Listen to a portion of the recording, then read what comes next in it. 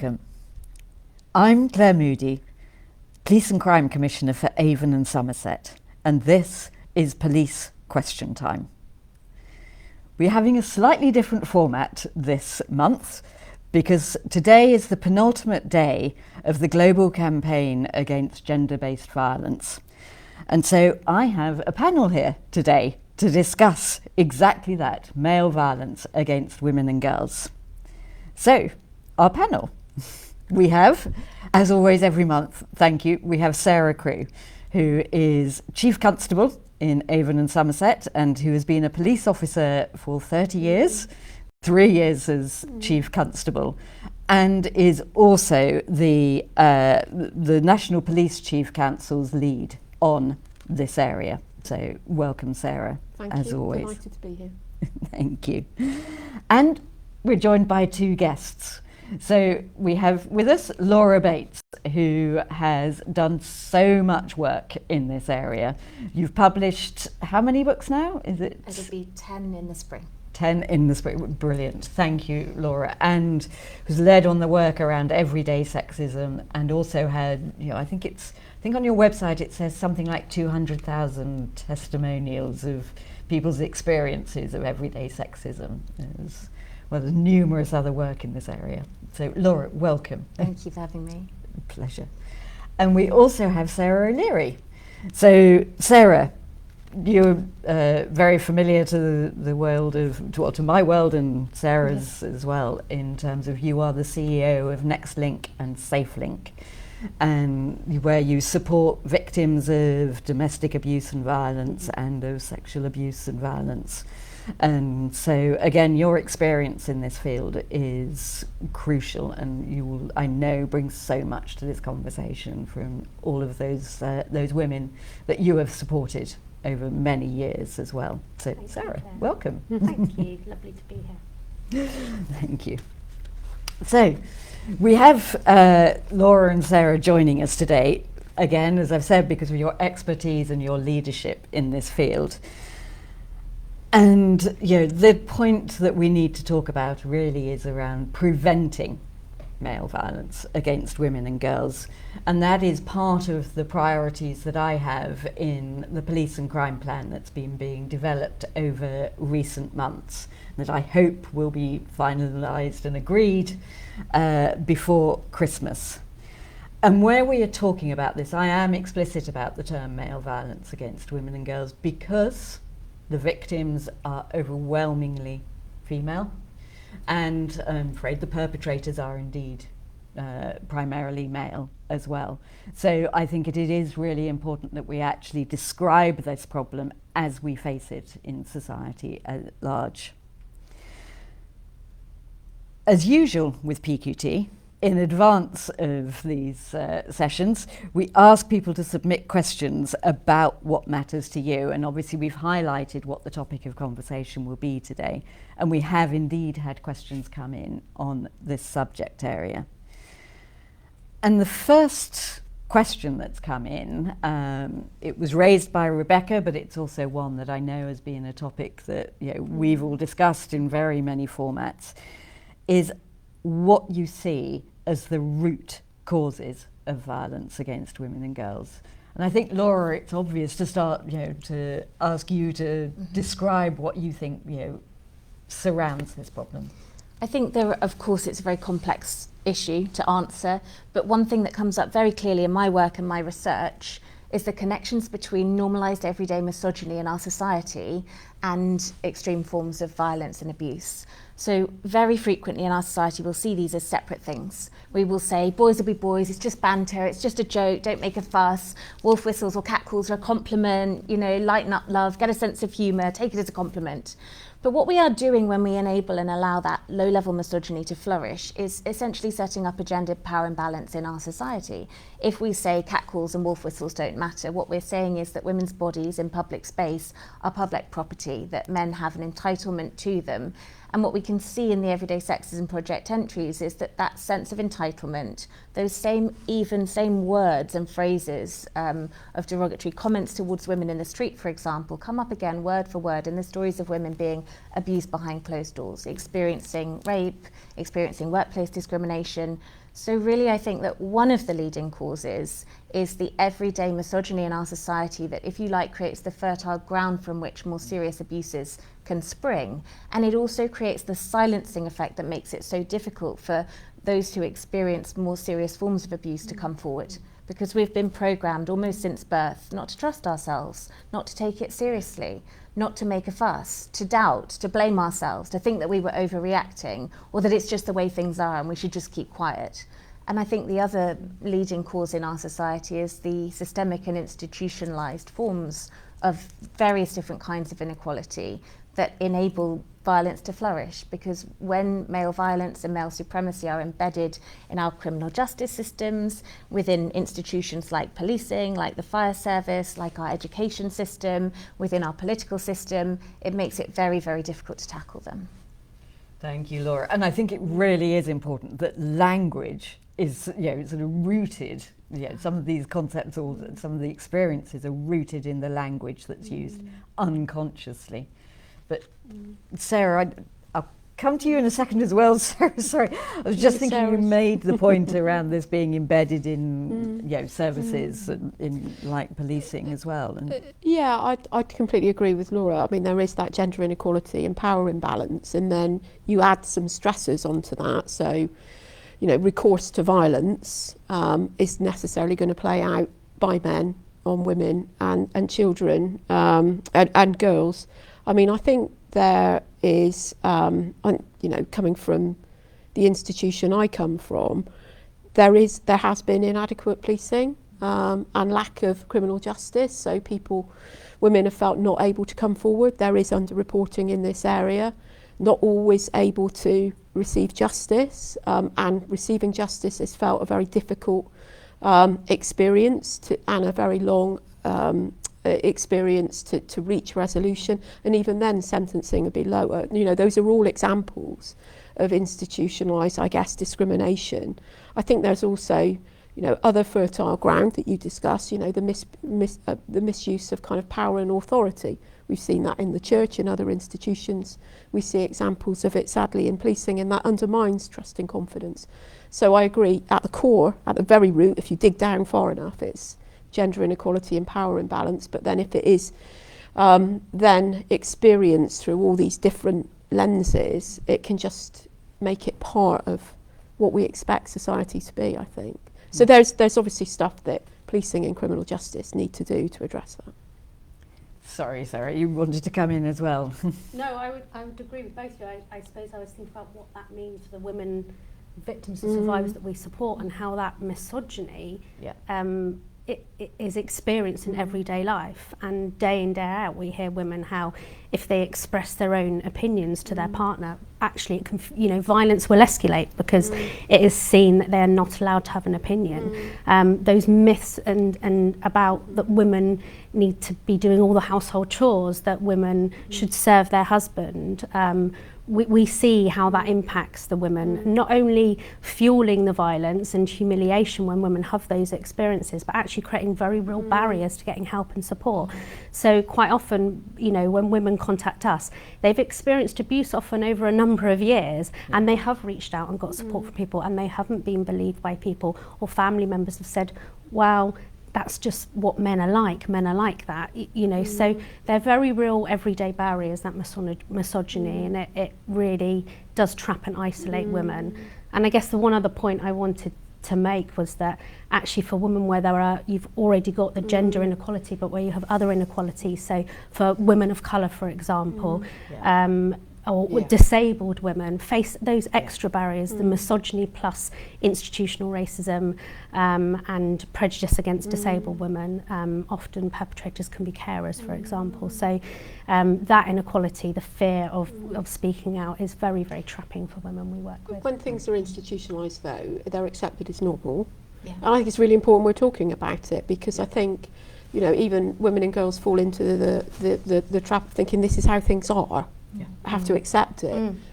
It's really important that we talk openly about that power imbalance so that people can recognise it, actually. I think growing up, you kind of accept that's how it is, and that's how you have to navigate the world. So I think it's hugely important that education that public awareness is something that we focus on, because once we can start to recognise a problem, that's when you start to dismantle it, I think. Yeah.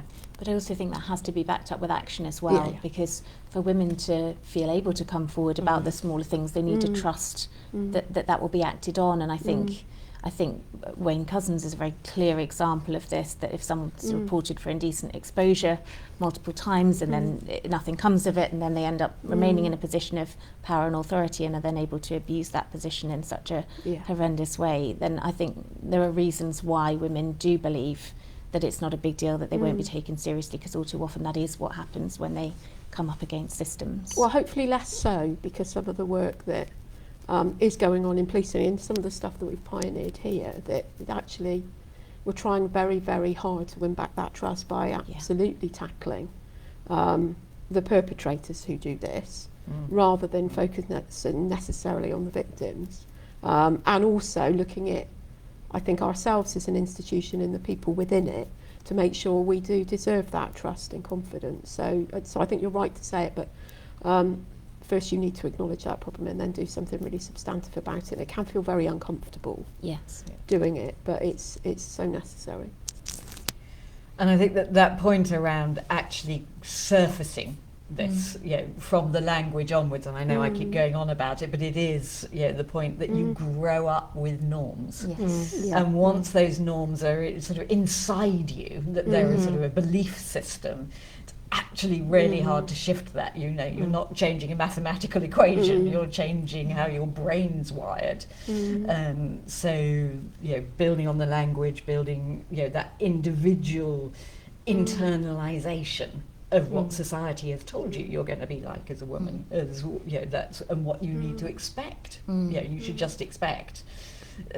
To actually teach us to be more questioning, to teach, to learn to challenge is, I think, really healthy. And are there ways that you see that happening more? Obviously through your work, Laura, but you seeing this now being recognised. We've had the case of Greg Wallace over the last few days. Seeing that coming through in any shoots of hope, any green shoots to a of degree, hope. there are definitely shoots of hope, I think.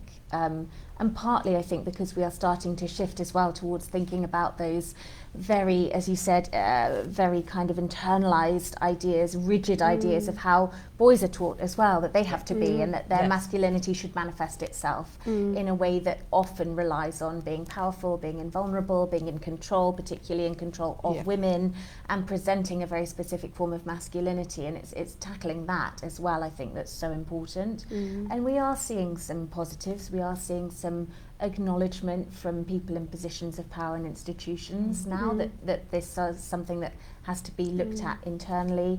We're seeing a change, I think, in terms of young people and their recognition, particularly the young women I work with in schools. I would say, if compared to when I was at school, they are fierce and furious and feminist, none of which I was at school. So that awareness, that sense of injustice, and that politicisation of a younger generation of girls who are fighting back is, whilst often exhausting for them and a real burden for them as well, it does give me great hope for the future.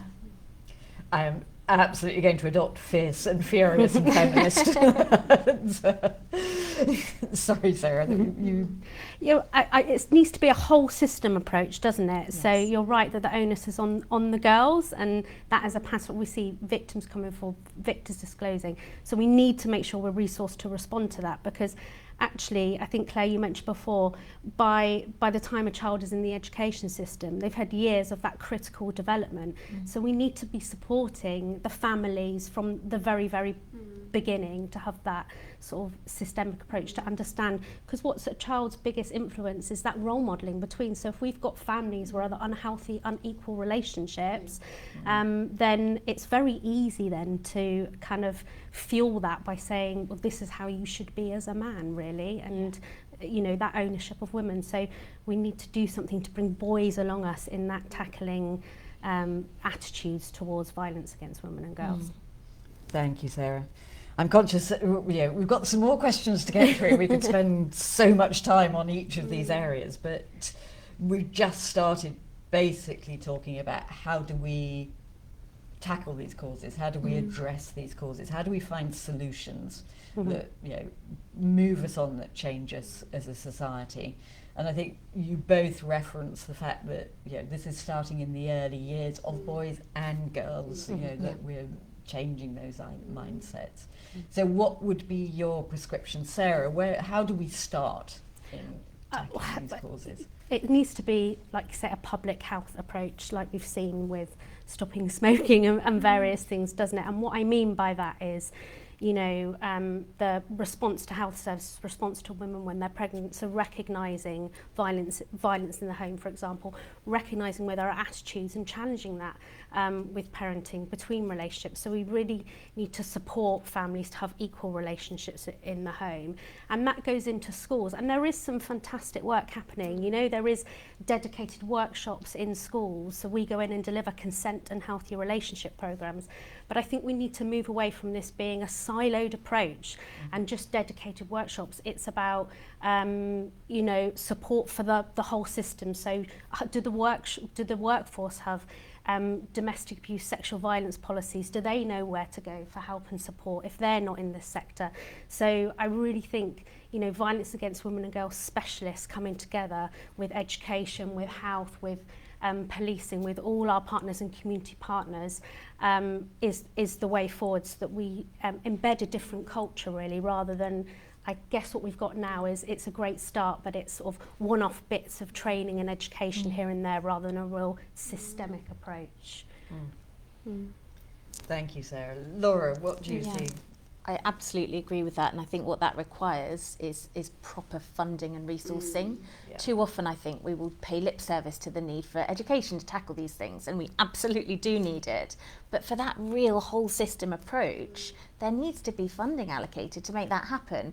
For example, it's one thing to say, schools need to teach about consent, but it's another thing to really put in the teacher training and the resources for very good, high quality consent education to be delivered by confident, informed staff. Those are two totally separate things. So we need to see that allocation of resources. And I think we also need to see other areas as well. It's not only education, although that's a huge piece of the puzzle, but it's also about public messaging.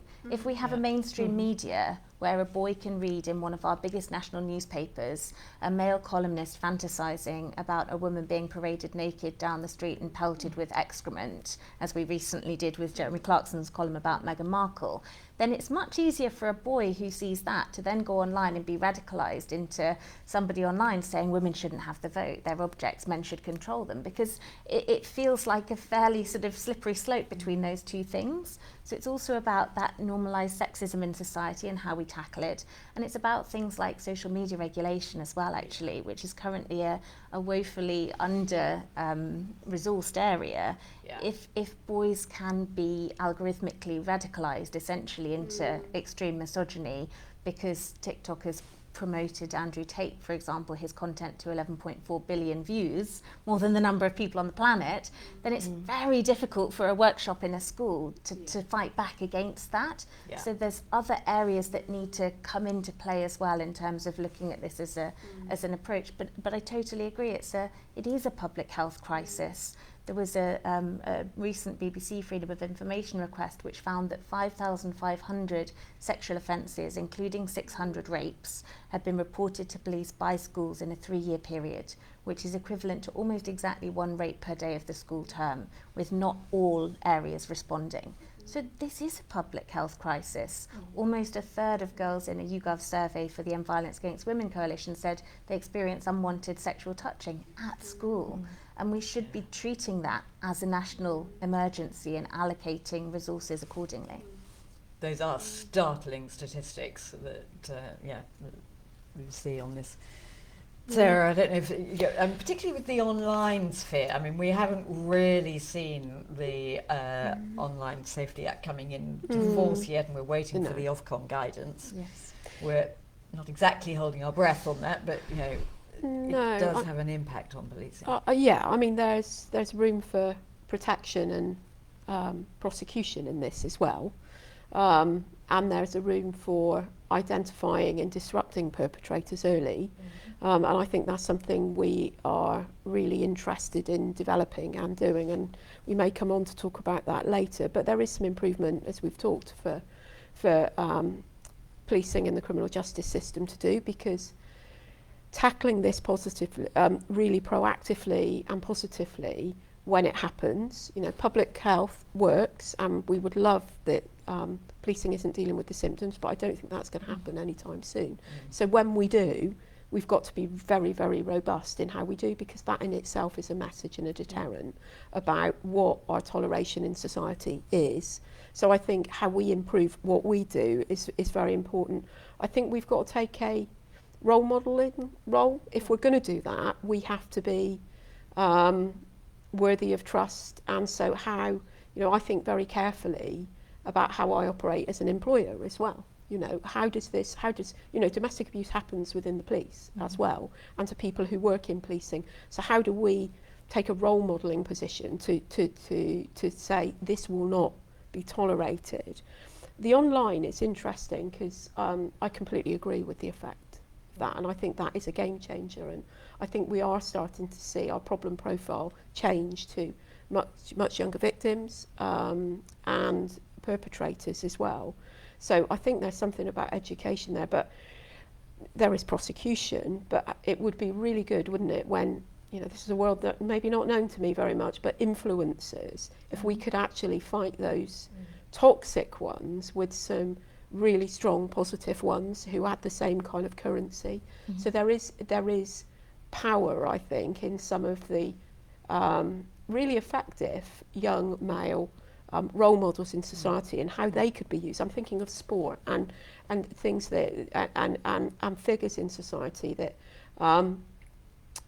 boys and young men look up to, and if they could speak and use the power they have against some of the toxicity, whether that would be as effective, as I agree, as all the investment that we could make into education. I think that's a really interesting point around the fact that this is, while we talk about online and the harm that is coming from a lot of online posts, that harm comes from the algorithms and the tech that's used to multiply the impact, but it's originating with individual men, and that is manifesting in other ways in society. I mean, Tate is obviously a man out there, but how do we do the reverse of this and get those that positive male role modelling, the positive masculinity out there? And have you seen any good examples of that you can say, right, let's highlight this? Absolutely. I mean, there are brilliant organisations. A good example is Beyond Equality, an organisation that trains young men to go into schools and talk to boys about these issues, very much through the use of male role models. But I also think that we're missing a trick sometimes when we look at role models having to be famous people. There's such a space here for sports coaches, youth coaches, male teachers, but also dads, uncles, men in boys' lives to really pull their weight here. And it's quite common to hear men saying, what can I do? I want to help. That's what you can do. Absolutely, take responsibility. For decades, we've told girls, don't wear short skirts, carry your keys between your fingers, text each other when you get home safely.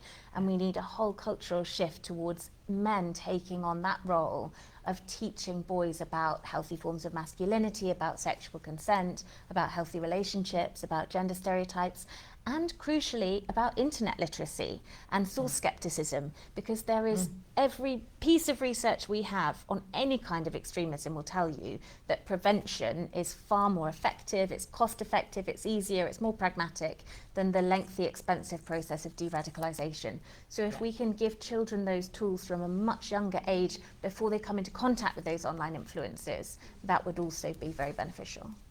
And that's a really important message, both in terms of the everyday possibilities of challenge around this, but also, Sarah, the point you made, a workshop isn't going to tackle, one-off event is not going to tackle what's just going on in young people's lives, but somebody who is actually living in that life can make a real difference in terms of those attitudes, those early formed attitudes. Claire, can I just say, going back to what you were saying about these are adults, I think we need to shift that lens a little bit, that these boys that they're being radicalised, these are adults, men who are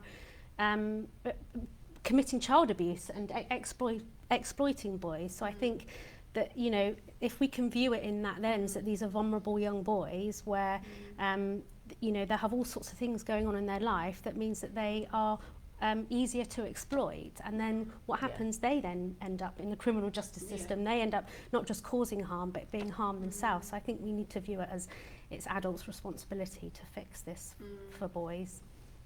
Thank you, Sarah. Yeah.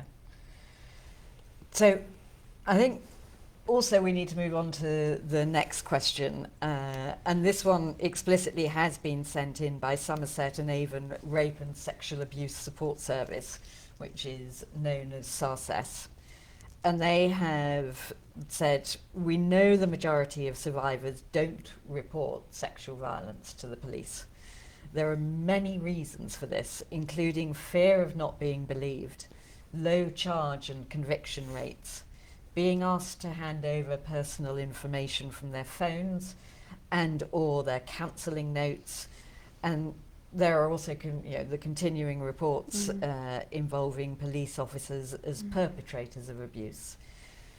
So, Sarah, what would you say to someone thinking about whether or not to report a rape or sexual assault? Okay, so, and I say this, as the Chief Constable of Avon and Somerset, but also with my national responsibility. I'm the Senior Responsible Officer for something called Operation Soteria, which is a national programme developed with academics to really understand and address some of those challenges that you've just listed, Claire. So as that, I would say, first off, you'll be believed. And I think that's the most important thing we can say. So often people feel that they won't be. And I think that's often the first and most important thing that someone wants to feel. Secondly, people come forward to the police for a range of reasons, but safety is often a priority as well as seeking justice. So your safety is our priority. I think I'd say, and I say this with Sarah, is we're here to support you as well, and that can be done by policing, but it can be done by others as well, particularly if you still harbour some concern about policing. So I'm thinking there about sexual assault referral centres, but critically the services of independent sexual violence advisors who can guide you and navigate with you through the process. I think it's right to say, and this is something that's come from the work we've done with academics, that you're in control. This isn't the police taking the power away from you. This is working with you and involving you in the decisions to be made about what happens next. We do understand those concerns about privacy as well.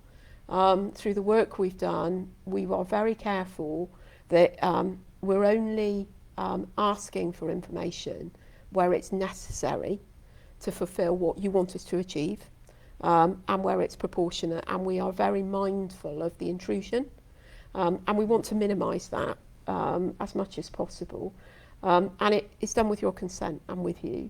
I think it's right to say, and I'll share some data in a minute, but justice is possible, and I've referred to it several times already, but we do recognise that there are failures in policing, and there have been, and there continue to be, but we are working really hard to understand that and drive that out, and holding people who shouldn't be in policing to account.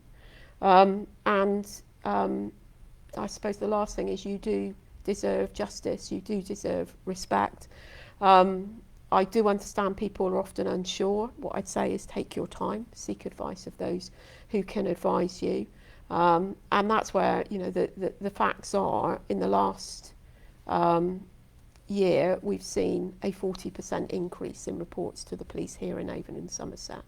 That means in Avon and Somerset, the first of the Soteria forces, if you like, we record more rapes per 1,000 of the population than any other part of the country. Now, I see that as a measure of success. Yes.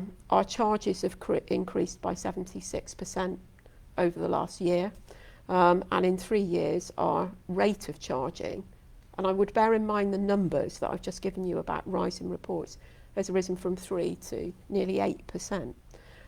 So that's significant, and it continues to go up. So justice really is possible, and other victims are feeling confident in reporting to us. And I know, you know, Sarah will certainly shoot me down if you know, she wouldn't advise people to report to Avon and Somerset. And clearly we are the first forerunner in a national operation that we want to see happening in every police force in the country. So if you're not here, you should be able to expect the same service in other parts of the country. Thank you, Sarah. I came to you, knowing that Avon and Somerset has done a lot of work in this area. Avon and Somerset Police has done a lot of work in this area to improve the experience of reporting to the police. But Sarah O'Leary, you know very well that a lot of women don't disclose to the police first, or at all, indeed. Yeah, it would be very interesting to get your perspective on the question we've had from SARSES. I think the most important point, going back to what you said, Sarah, is that enabling victim survivors to be in control of the process. Yeah. So what's happened to you hasn't been your choice, and you haven't been in control. So we know that actually supporting someone to make choices of their own actually does aid recovery. And so the first thing I'd say to get an ISVA, for example, to come to our service and have an ISVA to go to the SARS. Independent sexual violence advisor, yeah, sorry. You don't have to report to the police, and that's really, really key. So I would, of course, advocate, you know, contacting us or going to the SARC and getting independent support. And that first word, independent, is really important, because although we have very close, relationship with the police and feed into Operation Satira, which what you were talking about, and the victim's voice, we remain completely independent, because our role is to make sure that that victim, that survivor, gets to choose what happens next. And our ISVAs can make sure that someone is informed of their choices. So making it really clear you don't have to report, but these are the options if you do want to. And within that, there are a range of different things. You're not on your own. You don't have to report on your own. We can support with meeting with a plainclothes police officer because of our relationships, for example. Or people can look at anonymous reporting. Actually, one of the most common reasons why victim survivors contact us after they have survived rape or sexual assault is because they don't want it to happen to someone else. So maybe they don't want to give their name and identifying details, but they want to give over the information that's happened. And we can be that bridge between the police. And actually, we find a lot of victim survivors do end up reporting through that process because they've built up that trust and that relationship to do so. I think the other key thing to remember is if you do decide to report, if you want to stop that process at any point, we will advocate for you to do that.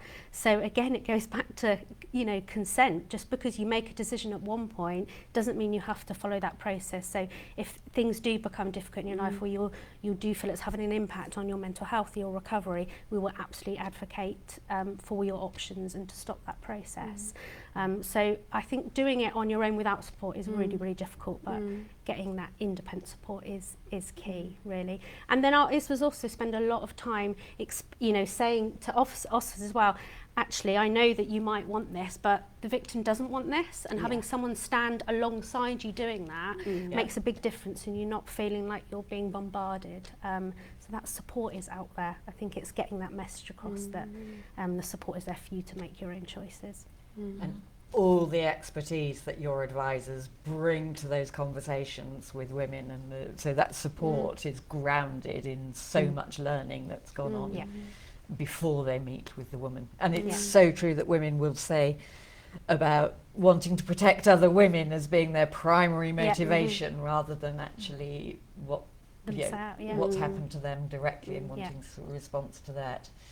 Laura, I'm sure you have a lot to comment on this as well. Yeah, I mean, well, I'm patron of Somerset and Avon Rape and Sexual Abuse Support, and in that role I've seen firsthand the people behind the statistics and the toll it takes on victim survivors when they come up against those many barriers of not being believed, of being blamed for what has happened, of having a poor response or a bad experience in the criminal justice system, and the re-traumatisation that can entail.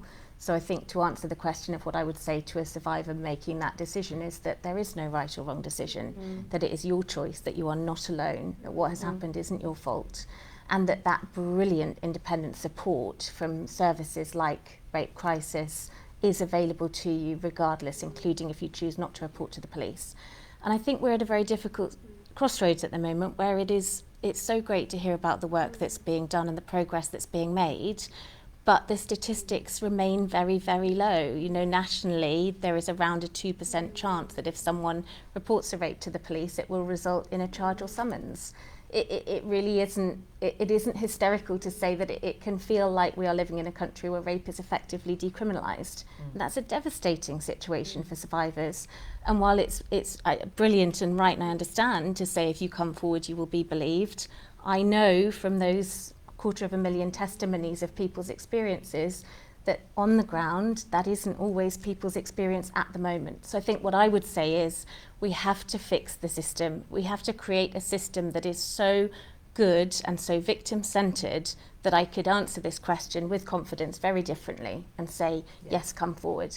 At the moment, I don't feel that I can do that, but it's brilliant that there is great support available for those who do choose to, and I'm not discouraging that.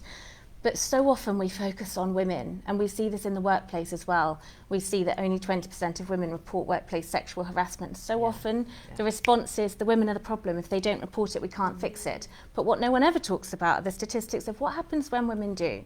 And what happens is that in 75% of cases, nothing changes. And in a further 16% of cases, they either lose their jobs or are treated worse as a result. So until we fix that, how can we in good faith say to women, oh, come forward, report? And it is a similar conundrum here, I think. And that the responsibility sits with them and not on their workplace, and the power imbalance that is so frequently behind that as well. And Can I just come in, because I think it's really important that the message is out there, is that there is support available even if you know you don't want to report to the police. That's really important, that rape crisis centres, independent sexual violence advisors, the SARC can still provide that support. Absolutely. You know, in terms of how our ISVAs operate, the primary concern is what your needs are, what the impact is on you, and we can still set up all that support that you can access without you, even if you think, actually, I don't ever want to report this. You know, frankly, the change in the journey that we're on is to be less thinking about, not less thinking about the victim, but less reliant on the victim. So if people don't want to report and go through a criminal justice process, but they're able to give us some information about the perpetrator, then we will explore that perpetrator. So, I'll give a really practical example. On Friday evening, I spent the evening with officers policing the nighttime economy in Bath. Some were in plain clothes, some were in uniform, and they were looking for perpetrators who predate on victims who might be situationally vulnerable because they're out in the nighttime economy. And that's precisely what they were able to do and make a very significant arrest by thinking perpetrator and their behaviour and being very focused on that. So there is the criminal justice route, but just sharing the information via a third party and remaining anonymous gives us a clue, which added to other clues gives us an ability to find those perpetrators and put the onus and the focus on them. We've also got I'd just say we've got some really good examples of that working practice where survivors have given information and actually the police have been able to act on other information linked to that perpetrator and disrupt and look at other charges for the perpetrator. So the onus it really isn't on the victim to come forward. Thank you.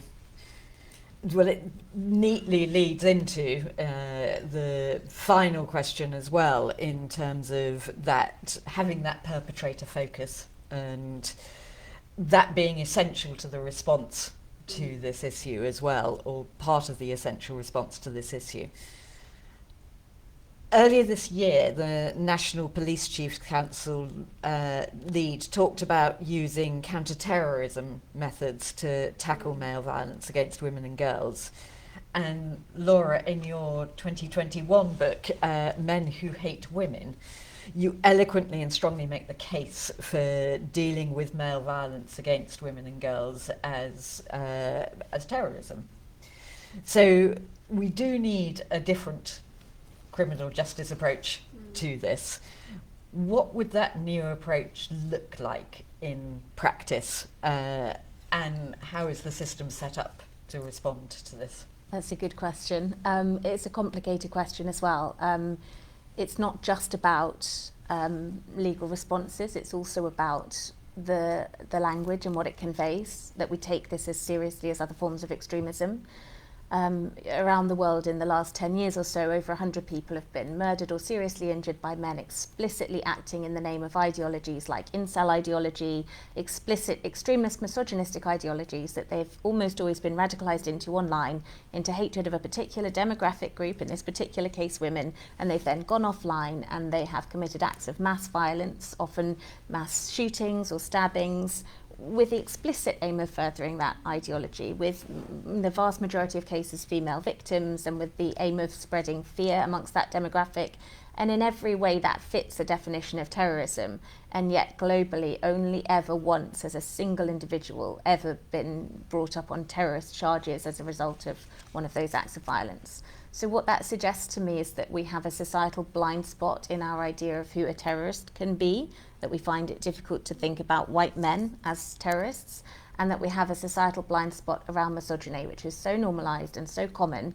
When a woman is killed every 3 days at the hands of a man in the UK, or 137 women worldwide every day by a male family member, then it is difficult for us to think of that as something extreme, because it isn't out of the ordinary. But what we do if we recognise this as a form of terrorism is we bring it into line with our approach and our response to other forms of terrorism. And that looks at things like resourcing, prevention, funding, education. What it doesn't mean is simply relying heavily on existing programmes which are quite problematic, like Prevent, for example. It means a much more holistic whole society approach. But it is about sending a message and recognising this as a national emergency, I think. And acknowledging the scale Exactly. of this. Yeah, absolutely. Sarah, Sarah, so for big significant threats, we've got something called the strategic policing requirement, and violence against women and girls is now part of the strategic policing requirement, alongside terrorism and other things like serious and organised crime. And with those strategic threats, there's something called the 4 Ps approach. So we've talked about prevention a lot, but that's the way. The other 3 Ps are pursue, protect, and prepare. So the pursue bit for me, taking some of the cues from serious and organised crime and terrorism, is being very perpetrator focused. The work that we've done on Operation Soteria is to create a national operating model, albeit at the moment on rape and serious sexual offences, but which is suspect focused, victim centred but context led. That strapline encapsulates 3 years worth of work in evidence base, but the suspect focus is critical. So the first thing I'd put in place, if we're going to approach it like one of those strategic threats, is make sure that national operating model applies to the whole of violence against women and girls. The other thing we do with terrorism is we're very intelligence-led. So we've talked about that already. We don't necessarily need to wait for a victim to come forward to say, and go through that process to be able to act. If we can be great at gathering intelligence, identifying who these perpetrators are, because the most serious ones, the most dangerous ones, if you said, they're there in the data. If you can share it, if you can analyse it, and then if you can react to it and you've got resources to be very proactive. That's how counter-terrorism policing operates. It doesn't wait for a victim to report. It looks at intelligence, it looks at dangerous people, and it focuses on them, and it uses all the range of techniques that we might have. So undercover policing, surveillance, covert policing. That's where I think the shift to becoming proactive comes. I mean, within that, the prepared side of it, we need to have the specialist training. Not just those investigating, but in policing, it's the person who answers the call. It's the offender managers who manage people. It's the neighbourhood policing officers to the degree that they're in schools and hearing some of this stuff. So, but I guess it's true of the whole criminal justice system as well. You also have to have sufficient resources to do that in all of those roles and across the criminal justice system, but also crucially in some of the other roles that we've talked about on the protect side. So it's the ISVAs and the SARCs and the rape crisis and the support centres. So the support is there. And I do think as well in the prevention space there are perpetrator programmes. If we can intervene early, both with education but maybe problematic behaviour as it's emerging, we can stop things happening. And those that are convicted, we can really make sure we're managing them afterwards as well. So for me, those are all elements that are present in how we deal with serious and organised crime and how we deal with terrorism, and they could very well be applied through a national operating model into male violence against women and girls as well. Thank you, Sarah. I guess it links back to that question around when we were talking about exploitation and education, doesn't it? I think I agree with what everyone said. I think we need to have a different focus on targeting boys who are being radicalised now as well, because we're going to see years, and we're already seeing the impact now, we're going to see years in the future on the devastating impact that they will have on women and girls. So there needs to be using that intelligent but resourced services to change that behaviour, to challenge the attitudes as well with those individual boys. And I guess one thing I'd like to say about the coming under bracket of terrorism, that we know from the work that I do that when victim survivors come through our service, a perpetrator name, we know of 5 other victims that that perpetrator has abused historically. And I'm not 100%, I'm not confident at all, where does that go? Who holds that information, for example? How are we targeting those repeat offenders that might actually not hit the high risk threshold? They're actually seen as they don't go into some of the perpetrator programs, for example, but it will at some point. So how do we reduce the harm to those families, and how do we target those high risk perpetrators?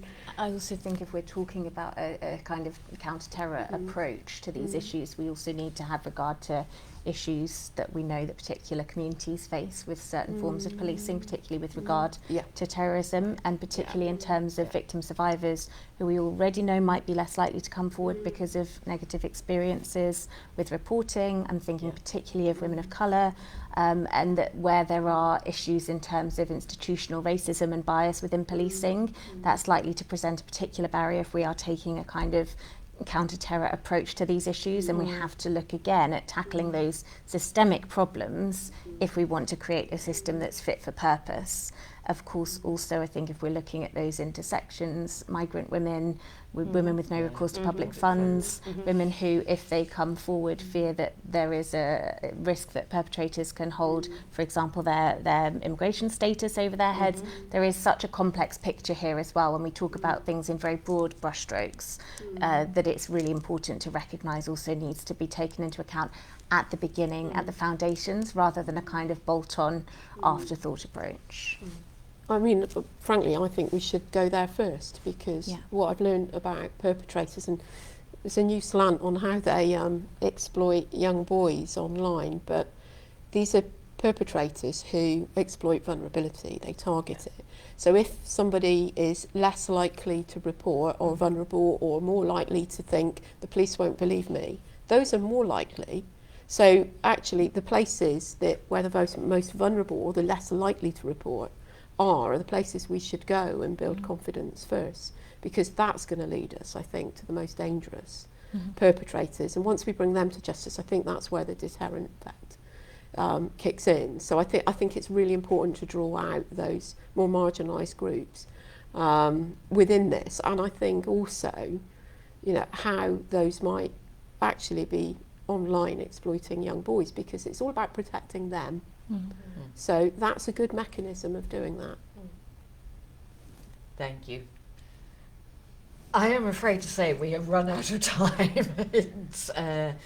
Thank you so much, Laura, Sarah and Sarah. It's been a really fascinating conversation, and there is so much more that we could have said and could have gone on to say, and I can't speak for the three of you, but I could have sat here for the rest of the afternoon. So I really appreciate the time you've given to this, and look forward to the follow-up from this as well. So again, thank you. It's been a fascinating PQT. And to those of you at home who've been watching this, I hope you found it as informative as I have. And also remember, we will have another PQT. It will just be Sarah, the Chief Constable, and myself in January, and we will announce the date soon. But please do get in touch through my website around any questions that you might want to have raised in future PQT. Also, your feedback is always welcome. So once again, Laura, Sarah and Sarah, thank you for your time this afternoon. Thank you.